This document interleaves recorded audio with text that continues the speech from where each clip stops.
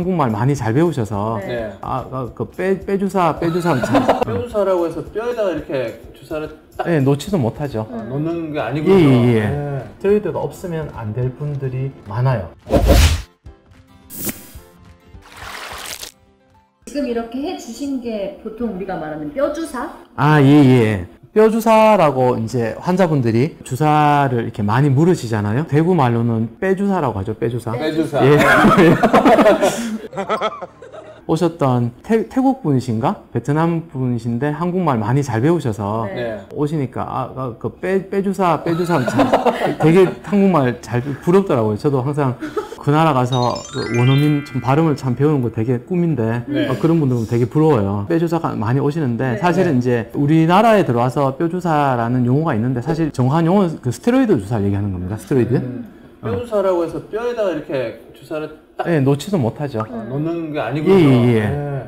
저도 그 뼈주사라는 그 용어가 만들어진 게 뭐 어딘가 오리진이 있을 것 같은데 네. 저도 어디서 이제 뼈주사란 말이 먼저 나온 건지 잘 모르겠어요. 근육주사나 뭐 엉덩이 주사 말고 뼈주사다. 예, 뭐 예. 이런 건가 봐요. 예, 그래서 환자분은 이제 진짜 뼈에 놓냐. 근데 뼈에는 놓을 자리가 없어요. 압박 골재나 이런 것 때문에 뼈 쪽에 시멘트를 집어넣어서 뭐 뼈를 부풀린다든지 그런 거 말고는 뼈에다 주사할 수도 없고 우리 주사를 하는 위치는 결국 근육, 인대, 신경 이렇게 연부 조직들, 부드러운 조직들이죠. 네. 예, 보통 뼈에는 주사는 하지는 못합니다.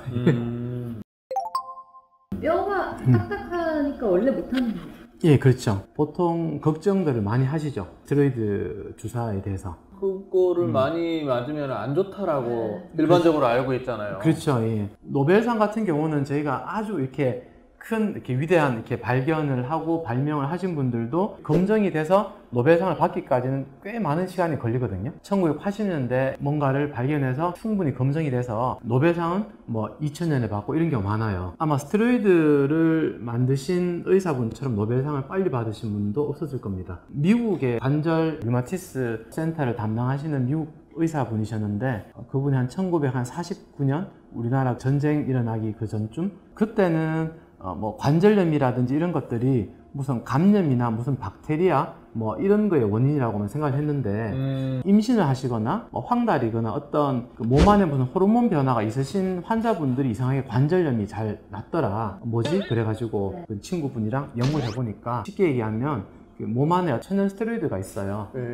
그것들이 우리 몸을 지켜주는 좋은 성분들이죠. 네, 그것들이 특정 환경이 되면 분비가 많이 되니까 이제 관절염이라든지 이런 통증 질환이 잘 낫는 거를 보고 여러 가지 동물의 부신이라든지 동물의 기관에서 이제 합성을 했는 게 이제 우리 지금 쓰고 있는 스테로이드 약물들이거든요. 노벨상을 받으셨지만 그분도 시상식에서 하셨던 말씀이 잘 쓰면 좋은 약이지만 부작용이 워낙 심하니까 후배들에게 잘 알았으라고 이렇게 얘기 많이 했어요. 양날의 검이라 그래가지고 잘 쓸 때는 정말 좋은 어떤 효과의 근본 치료가 되는 정말 좋은 약물이고 지금도 대학병원 같은 경우에 아토피라든지 기관지라든지 스테로이드가 없으면 안 될 분들이 많아요. 스테로이드는 광범위하게 많이 쓰는 약물이고 그렇지만 이제 우리가 외래에서 근골격계 질환을 치료할 때는 부작용이 없는 범위, 염증이 심하거나 아주 급성 염증기 때 잘 쓸 수 있다라면 아주 좋은 약물이 되는데 만성 통증이 있으신 분들에게 그 스테로이드 자체만 가지고 이제 치료를 계속 끌고 가다 보면 결국은 녹내장, 고혈압, 당뇨, 고혈다공증 여러 가지 문제가 생기죠. 이제 환자분들이 걱정하시는 것처럼 우리가 감기가 걸렸을 때도 필요할 때는 약 처방 스테로이드를 먹게 되거든요. 그래서 스테로이드 약물이라든지 주사 같은 경우는 내가 아주 심한 급성기 염증일 때는 써서 염증을 제거하기 위한 목적으로는 잘 쓰면 좋은 약이니까 그렇지만 원인 불문하고 그 통증의 만성적인 통증의 조절 목적으로만 스테로이드를 계속 반복해 쓴다라면 그거는 어쩔 수 없이 약간 부작용에 만나게 되기 때문에 의사와 잘 상의해서 현명하게 쓰는 게 가장 중요한 거죠.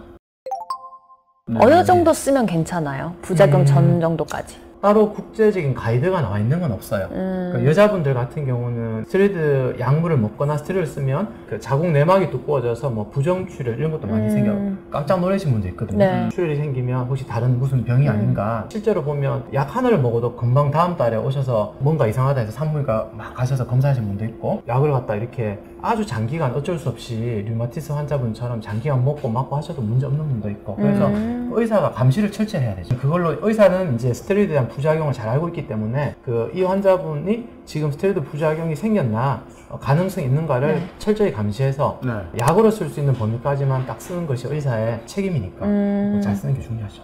너무 겁내실 필요도 없고 그렇지만 현명하게 잘 쓰는 게 중요합니다. 근데 이런 주사 맞기 전에 먼저 운동 열심히 하고 좀 이런 그렇죠. 생활적인 요법도 있을 것 같은데요. 그렇죠. 항상 제가 환자분들이 오시면 허리가 뭐 석 달 전부터 아팠는데 내가 미련하게 병원 안 와서 석 달 동안 계속 아프다가 이제 왔다라고 저한테 말씀을 하시거든요. 네. 그럼 제가 항상 말씀드리는 게 미련한 게 아니고 현명하게 잘하셨다고. 허리에 단순 통증이든 허리 디스크든지 간에 우리 병에는 그 자연 경과라는 게 있기 때문에 일정 기간이 지나면 내추럴 코스는 대부분 좋은 쪽으로 가게 됐습니다. 네.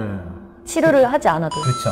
그래프가 있어서 통증이나 염증 곡선이 극치에 달했다가 이렇게 쭉 깔아지는 스테이지가 와요. 네. 항상 대부분의 경우는. 네. 그렇기 때문에 환자분이 이 통증이 시작하는 스테이지에 저를 만나면 저는 치료를 정말 못하는 의사가 될 거고 그 다음에 그 곡선의 변곡점 위에서 환자분 저를 찾아오시면 저는 굉장히 명의가 되겠죠. 조금 있으면 좋아지시고. 네, 네. 어차피 나을 거니까.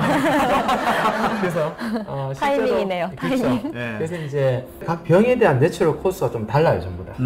그래서 이제 의사가 알아야 될 것은 병의 자연 경과가 이 병이 앞으로 놔뒀을 때 어떻게 될 건가를 미리 잘 파악을 한다라면 네.